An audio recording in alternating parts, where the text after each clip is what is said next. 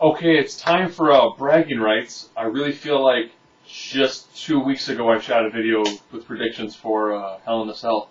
Might be why your buy rates are down, Vince. You can't do pay-per-views every 3 weeks, especially if nothing major really happens. Divas Championship match is going to be Michelle McCool versus Natalya again, because I don't think Layla will ever step foot in the ring against Natalya. She would split her in twain. Natalya's really been on a tear here. Do I see them, dropping Lay Cool for a little bit? That is a toss-up. Knowing how they're trying to break up the Hart Dynasty, if you make Natalya a champion, it does put a bigger wedge in that group. It'll be like, well, you're too busy being champion and trying to become champion, and you're not helping us out, and that's how come the tag team results. So I go Natalya winning that one. Daniel Bryan versus Dolph Ziggler. Having been a Ring of Honor fan, I'll be honest. I don't think Ziggler's going to win this one. I don't. I mean, it's going to take some impressive heel trickery for Ziggler to get one past Angle. So I look for Bryan to win this match. Makes no sense, but I look for Bryan to win this match. Orton versus Wade Barrett with John Cena in his corner. Orton has been looking absolutely red hot. Just disgustingly red hot. But I could see Barrett essentially doing something to get himself over in this match. Do I picture him winning? Oh. I think the storyline of Barrett being champion and Cena not being able to touch him adds more to their storyline, but Orton is so sick over right now. I don't look for Barrett to win this one. I don't. I think Barrett's going to come up looking impressive, but I don't picture Barrett leaving Bragging Rights champion. I don't. I think it would work really well for their storyline and actually put Nexus on the map, but Orton is so over right now. I think that something will happen with Cena on the outside that'll essentially either allow Orton to hit an RKO from nowhere and get to retain, which put more pressure on the Barrett-Cena storyline, and maybe John will have to get a lot more water for Barrett, and I think that will actually probably make their storyline better.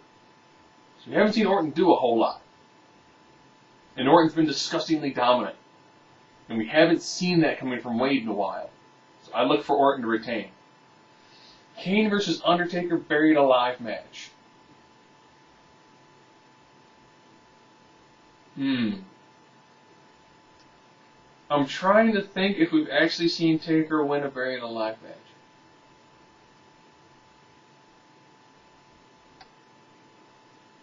Against Kane. I know they've had a few in the past. To be really honest, Taker winning this one would, of course, make a lot of sense, seeing as how, Kane has been fairly dominant over him so far, winning a Hell in a Cell, as well as, he won a Hell in a Cell. So you've got Kane going into this being very dominant over Taker so far in pay-per-view matches. I actually would like to see Kane retain, because if anything, with Kane retaining, it puts Taker on the shelf again, and he's kind of got some nagging injuries. Seeing Taker on the shelf again for a while, we have him nice and fresh for Mania. Where he might, and plus that way you can send this feud out with him and Kane. If you have Taker win, then you need to break Kane out for a while. And let's be honest, Kane, ever since they did the draft and they switched Punk and Edge, Kane is probably one of the best who's going on with SmackDown right now. So I'd say Kane get over on that one easily. Team Raw versus Team SmackDown. This one should almost be Team SmackDown by default. I mean, let's critically look at Team Raw. Miz. Okay, that works. Punk. Yes. Sheamus, got a good power guy. Morrison. Alright, that works. R-Truth. Santino Marella. And Ezekiel Jackson. Okay, that's... You've got two really weak guys on that. And you've got two guys who probably have a power game. Okay. Against Show, obvious power game. Kofi Kingston, you got your fast guy. Tyler Rex, and then you've got... Oh, actually, looking at the teams now, Alberto Del Rio, Edge, Swagger, Mysterio.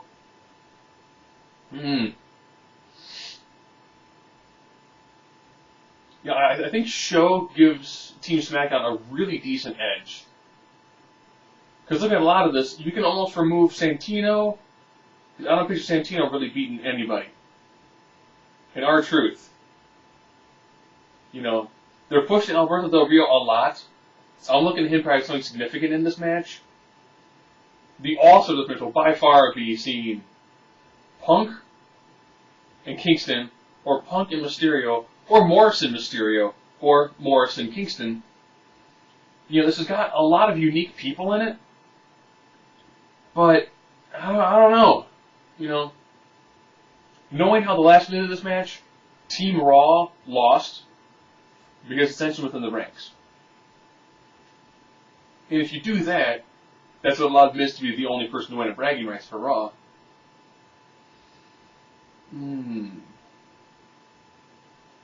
Could I see Miz's team winning? Man, this is actually a tough call here. Because look at the matches they had to get into it. And Tina Marella, I think, by far puts the Raw team at a disadvantage. Because I can't picture him beating any of those guys. Maybe Tyler Rex. But beyond that, it's like, this team, these two groups, there are lots of people, but there's not a lot of really great talent. I mean, let's look at the big guys. The big, like, you know, you paid to see us wrestle guys. Miz is an awesome heel, and he's solid in the ring. Punk, awesome heel, solid in the ring. Sheamus, power game, solid heel. Morrison, he's like upper mid card. Truth, Santino, Jackson's been off TV since what, the end of ECW?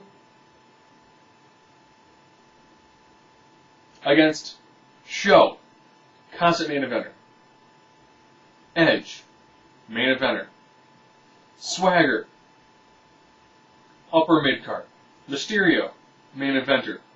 Alberto Del Rio, future upper mid card main eventer. Kingston, upper mid card. And Tyler Rex. You've got teams got a lot more going for it going into this match. I don't know. I want to give this to SmackDown. So I think if you have Team SmackDown win this, and then you actually have Daniel Bryan win a champion versus champion match, it'll allow Bryan to kind of stick it to the Miz a little bit, probably in a pretty solid promo. And if done just right, you could then work that into a Bryan Punk feud, which would really put that U.S. title on the map.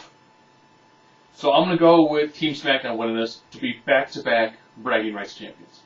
Surprising, there's no Nexus involved in this. You know, they're the end in the bragging, but they don't have a team in this.